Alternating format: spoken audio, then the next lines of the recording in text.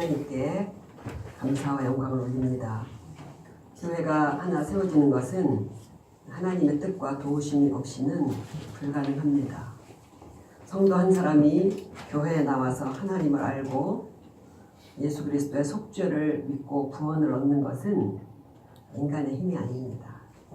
그런 의미에서 볼 때 우리 교회가 여기 세워져 있고 그리고 우리가 지금 이 순간 함께 하나님께 예배드리고 있는 것은 전적으로 하나님의 은혜임을 고백합니다.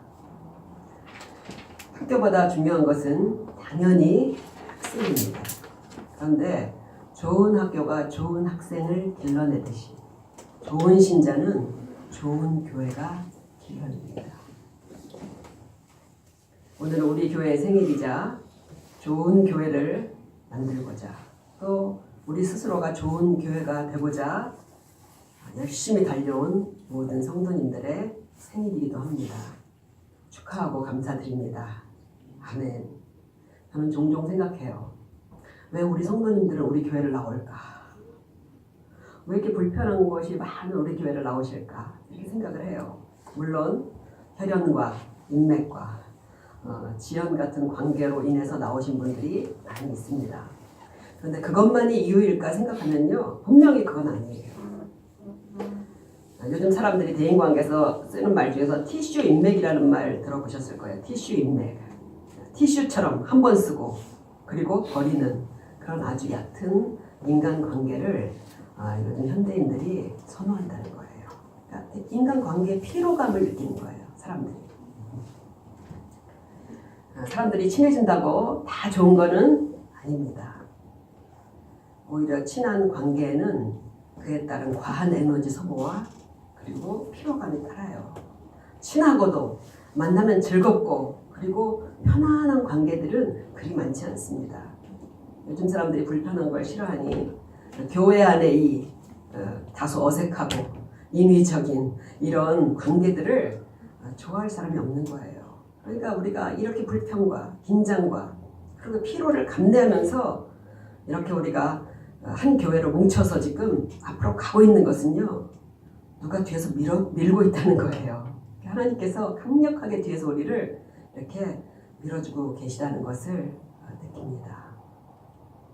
오늘 창립기념주일에 함께 나누고 싶은 말씀은 우리가 읽은 바대로 에벤에셀 기념비 이야기입니다. 사무엘은 하나님의 도우심으로 전쟁에서 이긴 뒤에 에벤에셀이라는 기념비를 세웠어요. 에벤에셀이라는 뜻은 도움의 돌이라는 뜻입니다. 사무엘이 이 돌을 세우고 나서 하나님이 우리를 여기까지 도우셨다 이렇게 얘기를 합니다.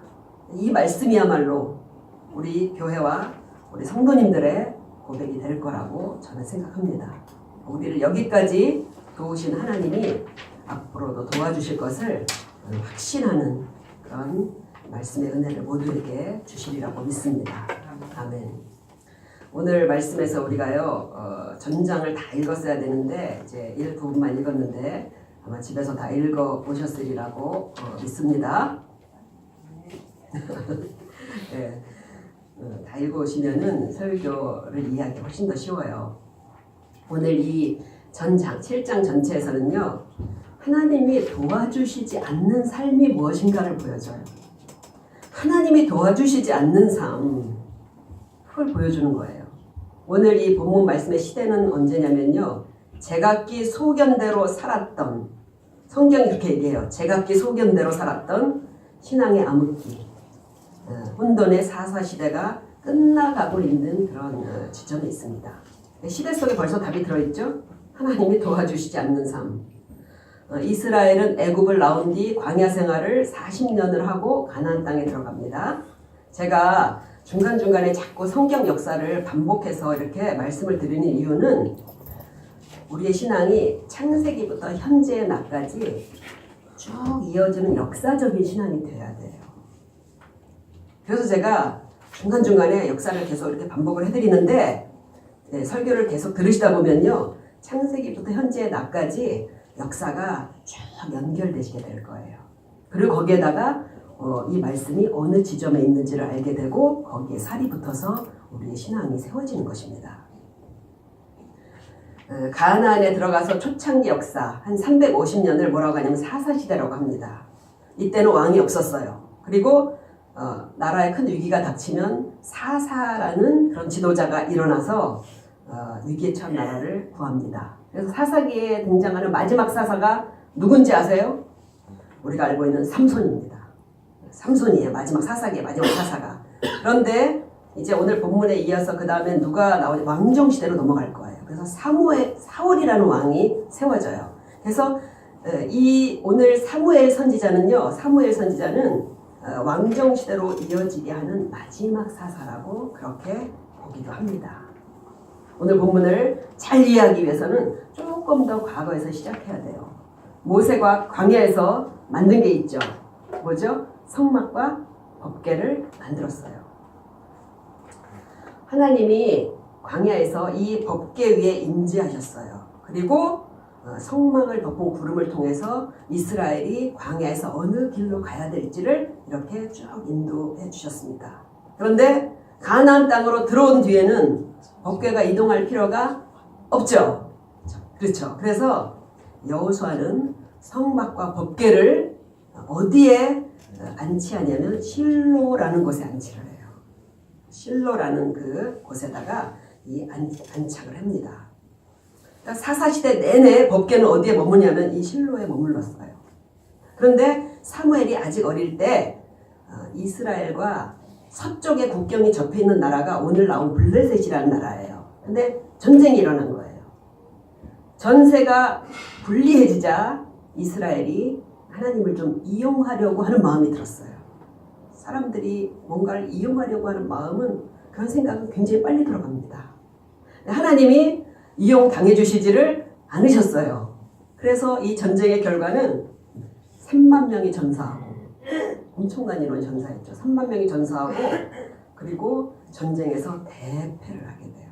그리고 설상가상 메고 나갔던 법궤까지 뺏겨버립니다. 정말 황당한 일이 벌어진 거예요. 이 블레셋 나라는 의기양양하게 이 법궤를 전리품으로 메고 자기 본국으로 돌아갔지만, 하나님은 법궤가 가는 곳곳마다 독한 종기로, 독종으로, 전염병으로 그렇게 블레셋 사람들을 심판하셔요. 그러니까 블레셋이 이 법궤를 감당할 능력이 없는 거예요. 그래서 수레에다가 이 법궤를 실어서 다시 이스라엘로 돌려보냅니다. 그래서 이스라엘 변방, 이게 경계 지역이죠. 경계적 국경 지역, 이제 거기를 돌려보낸 거예요. 그래서 오늘 읽은 1절이 그 말씀이에요. 오늘 1절이 이 법궤를 받은 기럇 여아림 사람들이 산 위에 이렇게 좀 분리되어 있는 아미나답의 집에 법궤를 모셔놓은 거예요. 근데 좀 의문이 생기잖아요. 그죠? 응? 법궤가 돌아왔으면 어디에 다시 모셔야 돼요? 실로로 다시 모셔야 되잖아요. 중앙에 있는 성소로. 그죠? 그런데 그러지 않고 아미나답의 집에 모시고, 오늘 성경을 보면 무려 20년 동안이나 거기에 방치돼 있었다는 걸 알 수 있어요. 그러니까 출애굽 이후에 늘 이스라엘 백성들의 중앙에 있던 이 법궤가 이제는 한 변두리에 있는 한 가정집에 이렇게 유고하고 있는 것이 뭘 의미합니까? 여러 가지 이유를 학자들이 추측해요. 그러나 결론은 똑같아요. 어떤 이유든 난관을 극복하고 하나님을 다시 중앙 성소로 모시고자 하는 열망이 큰 거예요. 이미 이스라엘 자손들의 중심에서 하나님이 어떻게 된 거예요? 밀려나셨다는 거예요. 그래서 가끔 사람들을 만나고 보면요, 하나님이 중앙에서, 중심에서 밀려나 있는 분들을 가끔 봅니다. 안타깝죠. 사사기 때는 이스라엘 사람들이 하나님도 믿고 플러스 가나안 땅에서 믿고 있던 종교였던 바알과 아스다롯도 믿었어요. 명목상 여호와를 믿을 뿐이지 실제 생활 양식은 오히려 바알 종교화 되어가고 있었습니다. 사람들은요, 이것저것을 융합하고 콜라보하는 것을 좋아하지만요, 하나님은 섞는 것을 유독히 싫어하셔요. 그래서 레위기에 보면요, 두 재료로 직조한 옷도 입지 말라고 그러고, 밭에 두 종자를 섞어서 뿌리지도 말라고 하셨어요. 기독교에 무언가 섞인 것은요, 기독교가 아닙니다. 현대 기독교는 자꾸 뭔가를 갖다가 섞는데요.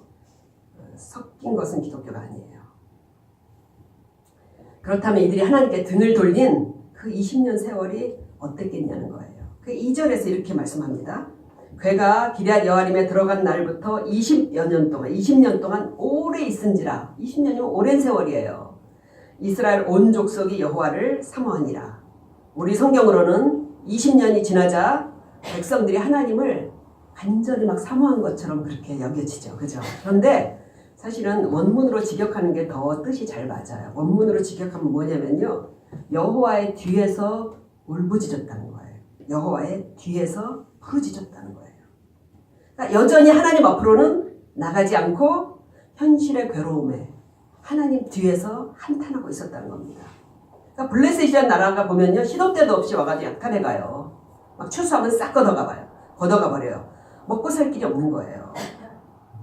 하나님은 이들을 어디로 인도하셨습니까? 젖과 꿀이 흐르는 땅으로 인도하셨어요. 그러나 법궤가 20년 동안 그들의 기억 속에 잊혀져 방치됨이 말해주듯이 하나님을 잊고 산 결과가 뭐예요? 사는 게 너무 힘들어서 숨 쉬듯이 탄식이 절로 나온다는 거예요. 힘들 때는 막 숨 쉴 때마다 탄식이 나오잖아요. 하나님을 버리고 받아들인 가나안 풍요의 신이라고 그들이 믿었거든요. 풍요를 주지 못합니다. 성경은 하나님을 떠난 사람들의 삶이 우리에게 이렇다고 말해주는 거예요. 하나님을 떠난 삶, 하나님의 도우심을 받지 못하는 삶이 그렇다는 거예요. 하나님을 떠난 인간사는 화려해 보여도 내면은 죄악과 고통이라는 거예요. 그렇기 때문에 사람들의 이 감추고 있는 내면에는요. 이런 냉혹한 삶을 이렇게 지나온 이 불쌍한 자기에 대한 연민과 처량함이 있어요. 사람들한테는. 왜 슬픈 노래 좋아해요? 자기에 대한 연민과 처량함이 있기 때문에 그렇습니다.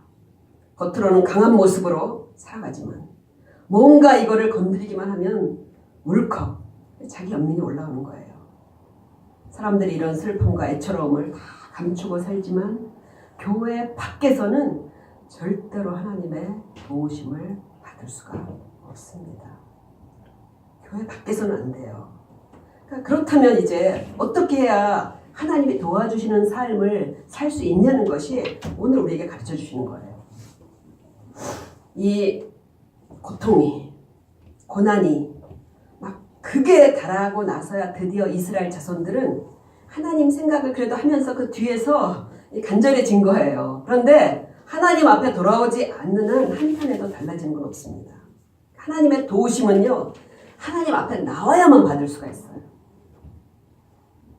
이때 선지자 사무엘이 백성들의 마음을 알고 이들을 미스바라는 곳에 이렇게 소집을 한 거예요. 오늘요. 소집을 해서 이렇게 이제 신앙을 부흥을 시키는 거예요. 신앙의 부흥을 일으키는 거예요. 하나님의 백성들이 이렇게 모인 이런 공동체는요. 그냥 군중이 아니에요. 성경에서 하나님의 백성이 모였다. 그러면 특별한 뜻이 있어요. 그러니까 출애굽한 이후에 그 하나님의 앞에서 이스라엘 백성들이 시내산에서 이렇게 회집하게 돼요. 모이게 돼요. 왜 그랬습니까? 거기에서 하나님과 백성하자 이렇게 언약을 맺은 거예요. 시내산에서. 그래서 이스라엘이 이렇게 소집해서 모였다 이런 것은요. 이 언약적 관계로 복귀하는 걸 말하는 거예요. 이스라엘이 모인 건 하나님 앞에요. 이제 그 언약의 관계로 다시 돌아가는 걸 말합니다. 이렇게 이스라엘 백성들이 이렇게 모였다. 소집한 이 모임에서 유래된 말이 교회 단어인 에클레시아라는 단어예요. 이렇게 모집한 이 사람들. 그러니까 교회에 우리가 모여있잖아요. 그죠? 하나님 앞에 모였잖아요. 이 모임은 단순한 모임이 아니라는 것입니다. 이것은 우리가 예수 그리스도 안에서 하나님과 자녀가 된 새 언약의 관계, 새 언약 하나님과 자녀로서 우리가 이렇게 모여있다는 관계예요. 그래서 오늘 말씀은요. 하나님이 어디를 도와주셔요? 교회를 도와주신다는 거예요. 교회를. 그러니까 요한복음에서 말씀하잖아요. 하나님이 세상을 이처럼 사랑하사 독생자를 주셨지만 어떤 자만? 믿는 자만 구원을 베푸신다고 하신 것과 같은 거예요. 하나님이 교회를 구원하시고 교회를 붙들어 주시기 때문에 교회인 우리는 넘어질 수가 없는 거예요. 우리 스스로는 넘어지잖아요. 그죠? 그런데 하나님이 교회를 붙드시기 때문에 못 넘어져요. 그래서 생각해보면 그래요. 우리 신앙이 항상 같진 않잖아요. 그죠? 때로는요. 신앙이 막 무너질 듯이 흔들릴 때가 있어요. 그러나 아침에 자고 일어나면 여전히 믿음이 있어요. 나한테. 믿음이 안 사라지는 게 너무 이상한 거예요. 믿음이 있는 거예요. 그러니까 사방이 여겨싸인 환경에 도저히 맞서지 못할 것 같은 두려움이 엄습할 때가 있어요. 그런데도 신기하게 어느 순간에 추스릴 힘, 용기가 우리 안에서 불쑥 생깁니다. 그러니까 하나님 앞에 교회 안에 있는 한 성도들은 절대로 무너지지 않고 무너뜨릴 세력도 없어요. 안 무너져요. 우리를 보면 알 수 있잖아요. 이스라엘은 드디어 하나님 앞에 모였을 때 하나님과 백성으로서의 언약 관계로 돌아갔을 때 그 두려웠던 블레셋을 이겼다는 것이에요. 그래서 우리는 반드시 교회 공동체에 속해서 하나님 앞에서 모여서 살아야 되는 거예요. 나홀로 신앙으로는요. 세상의 블레셋을 절대 이길 수 없습니다. 절대 이길 수 없어요. 그러나 교회와 성도들에게도 위기는 있잖아요. 위기가 옵니다. 오늘 이스라엘이 회개하고 막 금식을 하고 있는데 누가 쳐들어왔어요? 그 두렵던 블레셋이 쳐들어온 거예요. 사무엘은 뭐라고 말했냐면 앞에 보면요. 너희가 여호와께 돌아오면 여호와께서 블레셋을 물리치시라 그랬어요. 그랬는데 지금 하필이면 회개하고 금식하고 있는데 이렇게 블레셋들이 벌떼처럼 이스라엘을 치러 몰려온 것입니다. 우리가 진실되게 하나님을 믿는데 때로는 이렇게 정반대로 상황이 악화될 때 우리 믿음은 시험대에 올라요. 이때 시험에 드는 거예요. 그러나 오늘 이스라엘 사람들은요. 적을 보고 공포에 질려서 도망치지 않았다는 것입니다. 도우시는 하나님을 믿고 끝까지 사무엘과 함께 부르짖어서 마침내 구원을 얻었습니다. 하나님은 우리 교회와 성도들을 반드시 모든 악과 대적으로부터 보호하고 승리를 주셨습니다. 주셔요 반드시. 그러나 우리의 눈앞에 적들이 아예 나타나지도 않게 하는 게 아니라는 거예요. 막 적들이 막 쥐도새도 모르게 그냥 사라져버리는 게 아닙니다. 오히려 근심하고 두려워하던 일들이 눈앞에서 우리를 위협할 때 끝까지 하나님의 도우심을 믿는 우리에게 하나님은 승리를 맛보게 하십니다. 단언컨대 아무 일도 안 일어나면요. 하나님에 대해서 아무것도 몰라요. 전쟁이 있어야 승리도 있는 것입니다. 참된 교회는 역사 이래로 환난에서 도망친 적이 없습니다. 도망치는 교회는 다 가짜 교회였어요. 우리 교회도 어려운 순간들을 이기고 하나님의 도우심을 힘입어 여기까지 왔습니다. 우리 성도님들도 보면요. 많은 기도 제목들이 계속 있었어요. 그런데 그곳에서 그 가운데서도 버티고 이기며 여기까지 오신 것입니다. 누구의 힘으로 왔습니까? 하나님의 도우심으로. 그래서요. 잠언 21장 3절은요. 우리에게 명쾌하게 가르쳐줘요. 싸울 날을 위하여 마병을 예비하거니와. 싸우려고 막 많은 걸 준비하잖아요. 우리가 뭘 하려면요. 그죠? 사업을 하려면 많은 걸 준비하죠. 그러나 이김은 여호와께 있느니라. 이김은 여호와께 있느니라. 하나님은 교회로 모인 우리들을 반드시 도와주시고 우리하고 대치 가운데 있는 어떤 블레셋의 환경이든 그곳에서 우리를 승리하게 하나님께서 함께 싸워주실 것입니다. 아멘. 마지막으로 하나님의 도우심을 받는 교회. 하나님 앞에 모인 교회였잖아요. 그죠? 이렇게 모인 교회가 도우심을 받지만요. 내적인 필수적인 조건이 있어요. 겉으로 이렇게 모였다고 다 주님의 교회가 아니에요. 그래서 내적으로 필수적인 것을 오늘 본문에서 우리에게 보여주신 겁니다. 먼저 이스라엘 백성들이 어떻게 하냐면요. 하나님과의 언약 관계로 복귀하기 위해서 회개를 해요. 회개합니다. 그리고 자신들이 그동안 믿었던 그 죄를 회개하고 우상을 버리고 그리고 하나님만 믿겠다고 선택하고 돌아왔다는 거예요. 그리고 또 하나는 사무엘이 블레셋들이 벌떼처럼 몰려올 때 거기서 번제를 드렸다는 겁니다. 번제를 드려요. 그러니까 하나님이 도우시는 참된 교회의 표징은 뭐냐면요. 회개와 속죄입니다. 회개만 있어도 안 되고 속죄만 있어도 안 돼요. 회개와 속죄. 가나안 종교들이 하나님을 믿는 신앙과 근본적으로 다른 게 무엇입니까? 거기에는 회개가 없다는 거예요. 세상 종교들, 자연 종교라고 하죠. 그죠? 인간이 만들어낸 자연 종교들은요. 사람들이 되게 관대해요. 그죠? 세상 종교들에서 관대해요. 불교 믿는 사람 뭐라 하는 사람 없어요. 그죠? 성당 다니는 사람도 뭐라 하는 사람 없어요. 근데 왜 사람들이 세상 종교에 대해서 관대하냐면요. 하라고 하지 않아서 그래요. 사람들은 죄를 지적받고 잘못을 지적받고 고치라는 거를 제일 싫어합니다. 우리가 자식 키워보면 알잖아요. 꼬맹이들도요. 잘못했다고 말하고 고치라 그러면 싫어해요. 가나안에 있는 그 종교들하고 이 하나님을 믿는 신앙하고 막 근본적으로 다른 게 뭐냐면요. 회개하라고 하지 않는다는 거예요. 그러니까 이 모든 자연 종교들의 발생은요. 인간의 욕심에서 만들어낸 거잖아요. 거기서 발생한 거죠. 그러니까 회개할 이유가 없는 것입니다. 기복, 기원. 좀 더 깊어지면 신의 간섭을 받지 않는 신과 같은 나. 그게 세상 종교의 목적이에요. 그러니까 이 이스라엘이 냉큼 받아들인 거야, 그 종교를. 응? 오늘 하나님 앞에 나온 이스라엘 사람들에게는 자신의 잘못을 뉘우치는 회개가 있었습니다. 그래서 참된 교회엔 죄에 대한 깊은 자각과 회개와 하나님께로 그 삶을 돌이키는, 이것도 회개예요. 돌이키는 것도. 이게 반드시 있어야 돼요. 이게 반드시 성도들에게 있어야 됩니다. 저는 우리 교회와 성도들께 무엇보다도 어떤 은혜보다도 이런 회개의 은혜가 풍성 임하시기를 간절히 원합니다. 그렇게 기도하고 있어요. 그리고 9절에서 보면요. 사무엘은 어린 양으로 번제를 드렸다 그래요. 그러니까 이 벌떼 같은 적군을 보고요. 막 대우를 전열해서 전투태세를 갖추지 않았다는 것입니다. 그 말은 뭐냐? 그 순간 사무엘이 번제를 드렸다는 것은요. 하나님의 구원을 얻기 위해서 필요한 것이 무엇인지를 정확히 알았다는 거예요. 모세에게 주신 제사법이 있죠. 거기 보면요.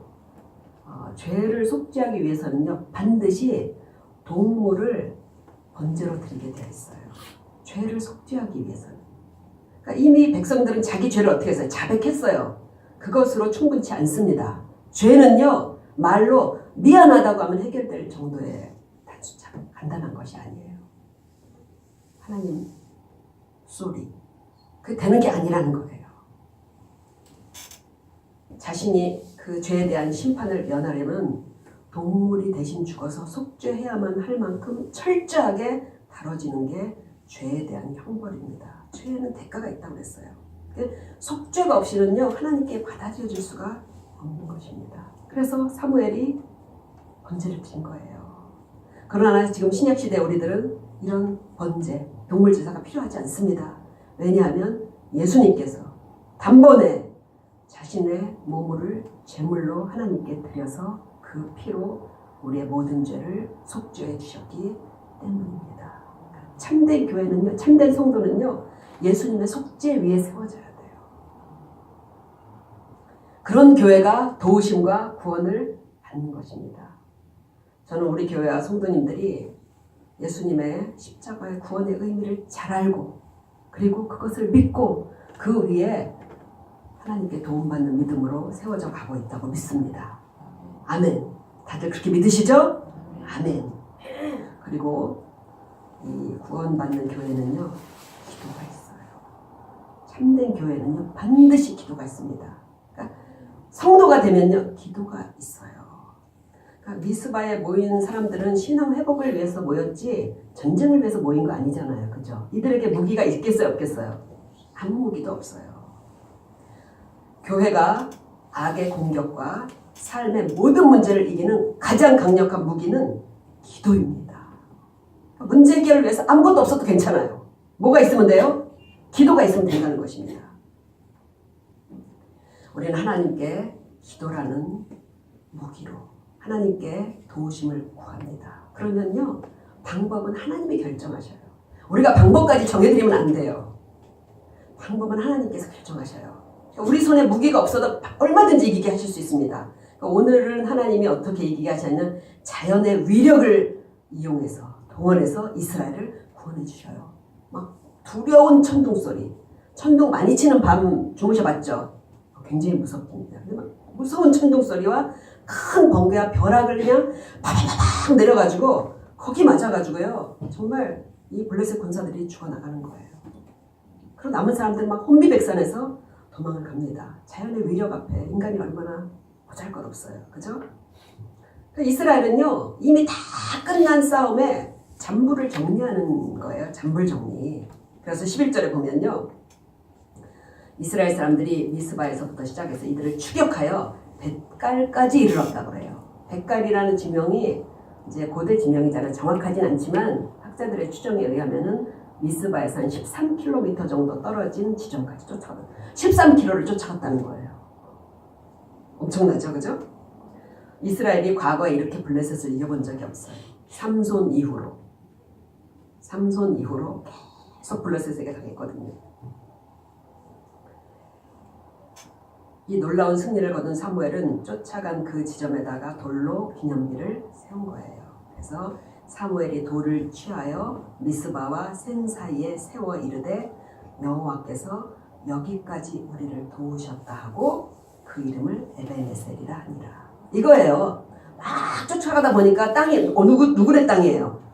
블레셋 땅까지 들어간 거예요. 그러니까 막 깜짝 놀란 거예요. 여기까지, 이 지점까지, 여기까지 하나님께서 우리를 도우셨구나. 이런 간증은 뭐 한 사람만 나와요? 기도한 사람만 나와요. 그래서 하나님의 도우심을 얻고 이런 간증이 넘쳐나는 성도와 교회는 기도하는 교회입니다. 기도하는 교회. 말씀을 마치겠습니다. 하나님이 여기까지 도우시지 않았다면 어떻게 되었을까요? 우리 교회도, 우리 자신도, 우리 가정도 정말 큰 위기에 빠졌으리라고 저는 생각합니다. 오늘 13절에 보면요, 의미심장한 말로 이 사건을 마무리합니다. 여호와의 손이 사무엘이 사는 날 동안 블레셋 사람을 막으시네. 되게 의미심장하죠, 그죠? 이스라엘의 안전이 사무엘이 사는 날 동안이라는 조건이 붙어 있다는 거예요. 그러니까 사무엘이 사는 날 동안 그들이 사무엘의 이 신앙의 지도를 따라서 살았기 때문에 하나님과의 언약 관계가 잘 유지되고 있었다는 것입니다. 우리가 계속해서 주님의 교회로 모이고 그리고 하나님의 도우심을 구하며 살아가면 내년에도 더 미래에도 우리 뒤를 돌아보면 하나님이 여기까지 도우셨구나. 하나님이 또 여기까지 도우셨구나. 이렇게 고백하게 될 줄로 믿습니다. 아직 내게 주어진 것들이 완전하지 않다 해도 오늘 이 순간 여기까지 하나님이 도우셨다는 것을 믿으면요, 오늘 내게 주어진 작은 것에도 우리는 하나님께 감사의 기념비를 세울 수가 있는 거예요. 오늘도 이렇게 밝은 날 아래 우리가 하루를 살아간다는 게 얼마나 소중하고 감사합니까? 직장에 있어서 출근하는 게 얼마나 큰 기쁨인지 모르시죠? 직장에 있어서 출근한다는 거. 우리 곁에 부모가 계시고 자식들이 있고 또 사랑하는 남편과 아내들이 있는 거 얼마나 소중합니까? 누군가의 글을 보니까 경제가 좋아지면 사람들이 옷을 사기 시작한다고 그래요. 근데 순서가 있대요. 1순위가 제일 처음이 애들 옷, 그 다음에 엄마 옷, 그 다음에 강아지 옷, 그 다음에 아빠 옷. 그러니까 생각해보니까 저희 집도 순서가 그런 것 같더라고요. 무거운 가장의 짐을 지면서도 사주는 대로 입는 남편들도 고마운 사람들이에요. 늘 가족을 위해서 제일 먼저 일어나고 가장 늦게까지 가정을 돌보는 우리 아내, 우리 엄마 얼마나 소중하고 감사합니까? 또 서로를 위해서 우리가 이렇게 기도해주고 걱정해주고 이렇게 그죠? 그런 우리 성도님들 서로 너무나 귀하고 감사한 가족입니다. 내일 어디까지 인도하실지 걱정하지 마시기 바랍니다. 내일 어디까지 인도하실까? 다만 오늘 여기까지 인도하신 하나님께 감사하고 지금 있는 작은 것, 평범한 것을 이런 행복을 누리면서 감사하며 우리가 살아갔으면 좋겠어요. 하나님은요, 여기까지 도우신 것처럼 반드시 내일도 도우실 것입니다. 아멘. 우리 찬송가 301장 한번 펴보시기 바랍니다.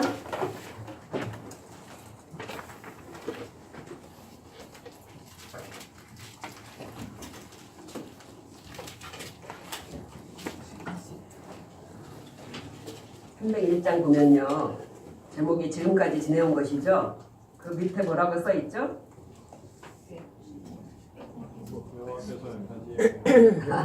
본문에 대해 오늘 본문과 같은 그 오늘 본문을 주제로 해서 지은 찬송이에요. 그리고 누가 지었냐면 거기 그 작곡자가 누구예요? 우리나라 사람이에요. 네, 박재호 선생님이 이렇게 곡을 만든 오늘 우리 본문으로 봤던 에베네셀을 이렇게 찬양으로 하나님께 영광을 돌린 찬양인데 우리 이 찬양 같이 부르시고 그리고 기도하도록 하겠습니다.